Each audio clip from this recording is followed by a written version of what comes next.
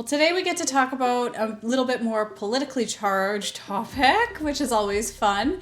But today I am planning to delve into short-term rental space. So think AirBNB, Vrbo, essentially anything where people are renting for less than 3 months, typically in duration. Because if you haven't heard yet, the federal government has made some moves against these policies.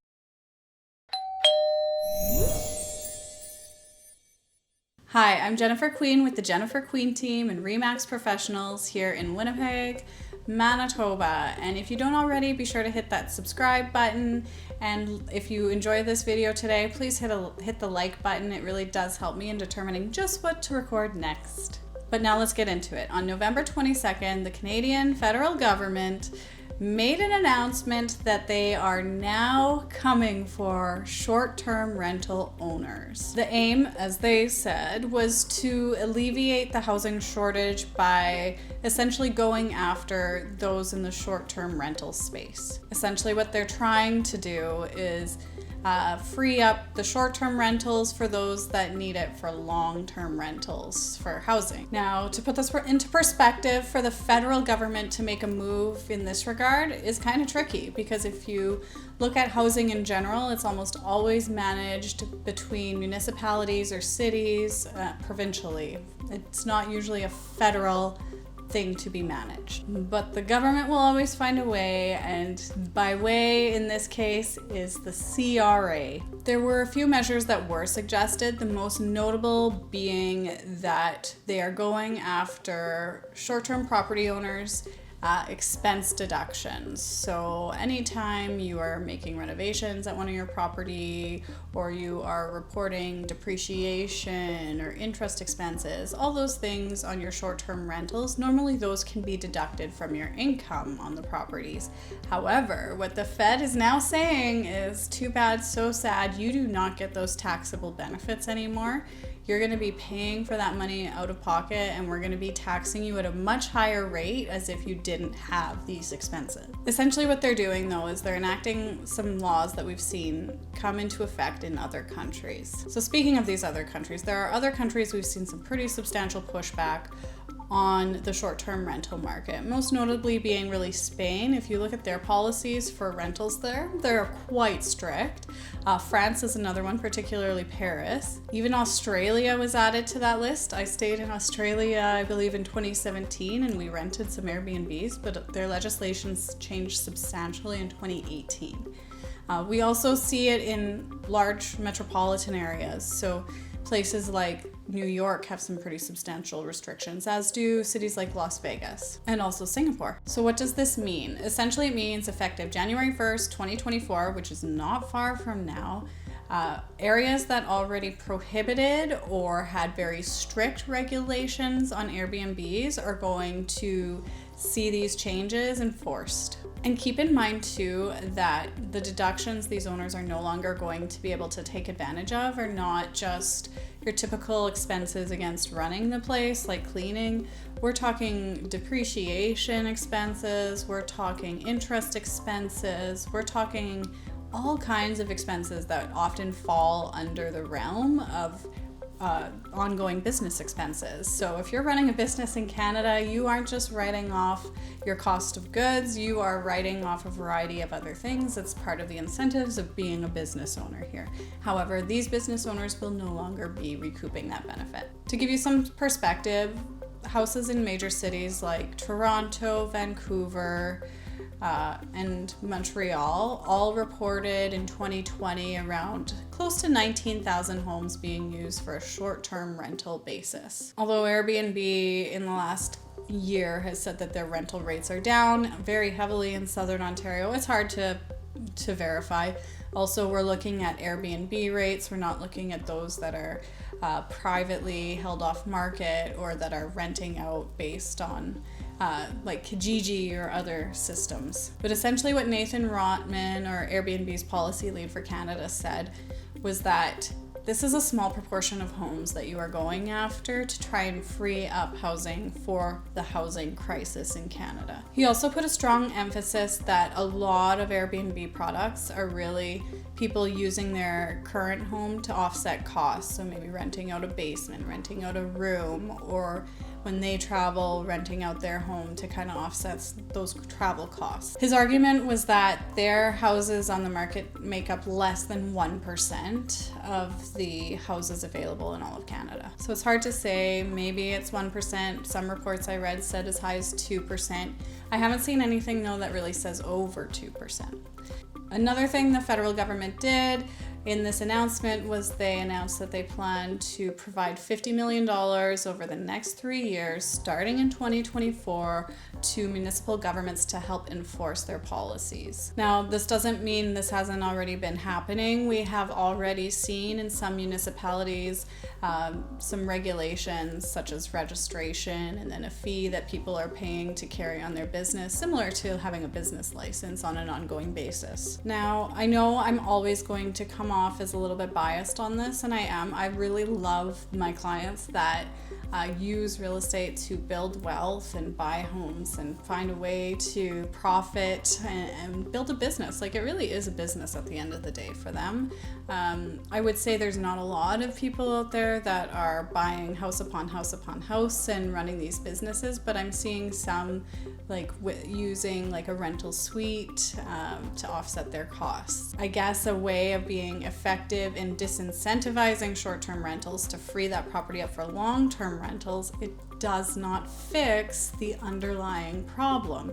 And the underlying problem has a lot to do with the supply and demand issue. We in Canada have been really struggling with population growth here.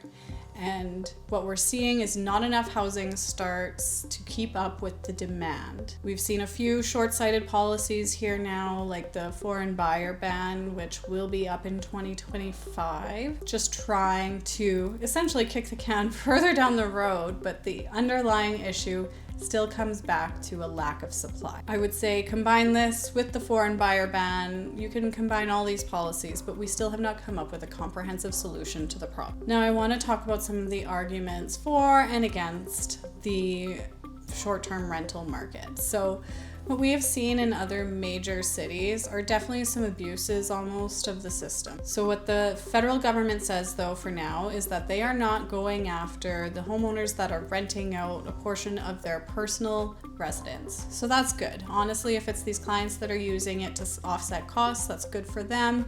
They can continue to do so. They are living in the property and using a portion of it to generate profit, but they're still at least living within the home and, in theory, according to the government, not contributing to the shortage of housing. However, if you fall out of that category, I hate to say it, but it appears that the government is coming for you. They plan to persecute short-term rentals at all levels. So essentially, what we're going to see is a few things. This is my prediction, at least. We are going to see a larger incentive for people to take their properties offline, but still find ways to rent them out, circumvent the rules, circumvent the registration process, and find ways to get creative. And we will likely see a few more people take their properties offline off the AirBNB platform or Vrbo platforms and find ways to rent them secretly and quietly so as to cheat the system. It's inevitable. It's always going to happen.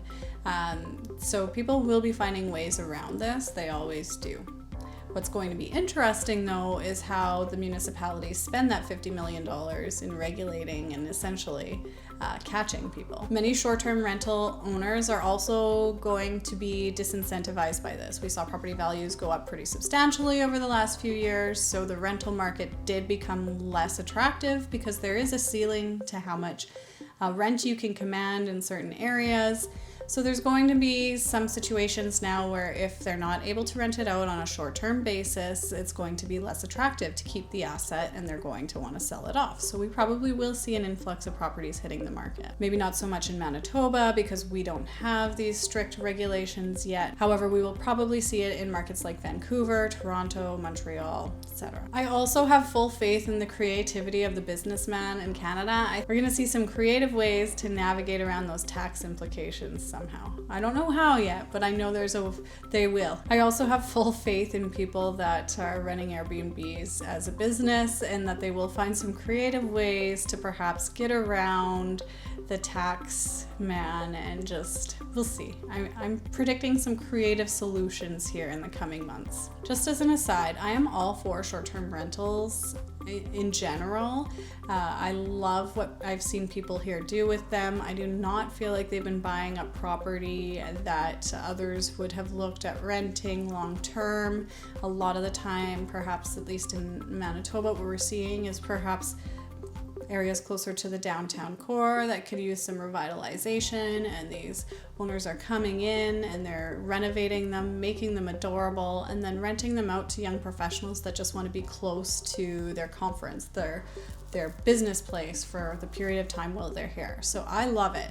However, I get that there are people that have really abused the system. Particularly, I've heard stories out of Toronto and Vancouver where people are buying condo units and renting them out, where there are complexes that have a 60% short-term rental rate.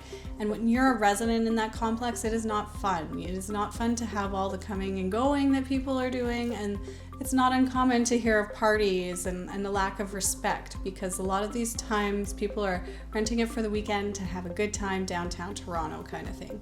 So I get it. There are abuses that really do impact the neighboring properties, but there are also good Airbnb owners that really do contribute to society. So there's two sides to the coin there. If we're coming after these short-term rental owners, how do you navigate and punish one and not the other? So there are already areas that have stricter penalties, but think of beachfront towns where people aren't renting these properties long-term anyways. The market is the summer and then it is over.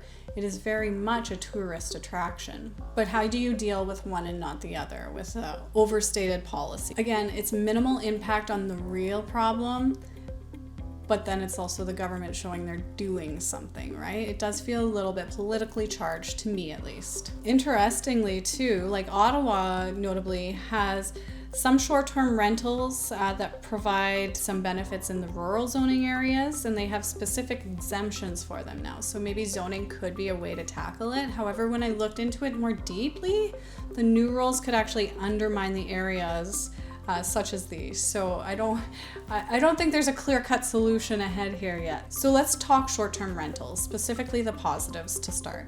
So I know personally when my family and I go on vacation, unless we're staying at like an all-inclusive, what we're typically looking for is a short-term rental. We're a family of 5, our kids are rowdy, we don't love the idea of them all being in one hotel room together because then they're just going to disrupt one another. But if you look at renting multiple hotel rooms, how do you attach those doors, whatnot, right? It gets a little bit cost prohibitive for families to stay in a hotel versus a home. Not to mention we're packing strollers, we're packing all kinds of stuff that is not easily carted up and down on an elevator. So I do see families suffering if short-term rentals are really penalized here. Another concern is hotel location versus home locations all often vary greatly. So if you are staying somewhere with a specific attraction that you want to be close to, a lot of the time the hotels are kilometers away. So it also creates some concern over transportation costs, etc. It's not as convenient. And then the third is really just providing a different experience for people coming in from out of town. Sometimes it's nice, especially if you're staying for a while, to just have your own place that you can get back to at the end of every day. And I know for us personally too, when we have traveled, we've often traveled with family in larger groups. So it's nice to have that option to rent larger properties and share portions with the family. There's all kinds of things that change based on your travel and your needs with your family. Of course, the negative examples are what I said already, the party houses in which there's no regard for the neighbors and people are really suffering. They're treating these condo apartments as hotel rooms and just trashing them in the place and ruining everybody's peaceful enjoyment. So I get that. There's also a lack of safety sometimes. So in this case, I'm speaking more about the ones that aren't properly registered and inspected every year. We heard that horrible story out of Quebec about people perishing in a fire because the property was so old and didn't have the proper amount of exits. So of course there's fire concerns too. So I'm not saying there shouldn't be any regulation. By all means, there should be regulations. People should be safe. There should be a standard that we do have to uphold these too. I totally agree with that. My problem though is how reactive we are. We are not coming up with effective solutions in Canada to address what is truly the underlying cause of the housing shortage. Rather, we're seeing these huge tech companies come up like the Ubers of the world and now the AirBNBs of the world, in which the tech develops so much faster than government policy can. And then once everything is in place, now we're going to penalize those that have been forward thinkers and taken advantage of the new tech. But let's revisit a video I shot over a year ago now, I think, but it was looking at the Canada Mortgage and Housing Corporation's projections. And essentially what they said in their report is that by 2035, we need 3.5 million new homes in Canada to keep up with the targeted rates of population growth here, either through migration, either through immigration, or just general population. But now I'm gonna go back to a video I shot probably a year ago, but essentially what that video was talking about was that Canada Mortgage Housing Corporation did some projections and analysis, and keep in mind they're the largest underwriter in Canada. They know what they're talking about. They have the data to back this up. And what they said is that by 2030, which is not that far away now, Canada needs to have built 3.5 million new homes. However, we are nowhere near on track for that. And the reason we need that many new homes is because our population is growing through net immigration and also through population growth within too. We do also have record numbers of immigration happening right now. And I think it's great. However, I think we should always have the infrastructure in place first before saying go. This is one of those ready, fire, aim kind of scenarios. We have also not seen a reduction in some of the pretty egregious development and permitting fees here in Canada. In fact, when I looked at it, it looked like the permitting costs in Manitoba at least have increased. We also saw some additional taxes assessed to homeowners a few years ago, which were then retracted, but for new areas and new development areas. Like, we are really taxing and putting some pain into the building market. The permitting process too has not gotten any easier. I shouldn't say that. There have been a few changes to the permitting process here in that they did start allowing virtual inspections through the pandemic. So there have been a few policy changes, but essentially they were mandated by COVID. But what we really need to see are incentives for building and development in communities, both in Winnipeg and beyond, to really incentivize people to start building affordable housing as well as just general communities, right? Like, we all need good areas to live with proper infrastructure and amenities. So in closing, I know this has been all over the place, but I had a lot of thoughts on it, so it's hard to kind of compile them into a neat structure here, but I'm nervous about it. I think the idea and the intent is always to find a quick solution to the housing shortage, but ultimately it's a long play here. If we really want to solve for the lack of housing in Canada, we're going to free up some properties, of course, through this short-term rental arbitrage, but that does not mean that we are going to free up some properties, sure, through the short-term rental penalties we're looking at here, but it's also going to prohibit options in beach towns, in communities where rentals are the way to go. So it's gonna it's going to hurt for a bit until we actually come up with some long-term solutions for affordable housing for Canadian residents. So my prediction is that I'm going to see a lot of my existing clients with short-term rentals start to look at converting them to long-term rentals or finding ways around it. I would not put it past them.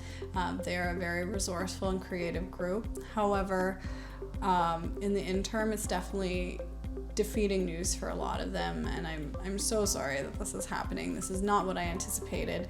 But yeah, there will always be creative solutions, and we might be looking in some cases in the discussions I've had with clients, is a few of them have been talking about converting existing properties to duplexes and stuff to make the numbers make sense. So people will get creative, they always do.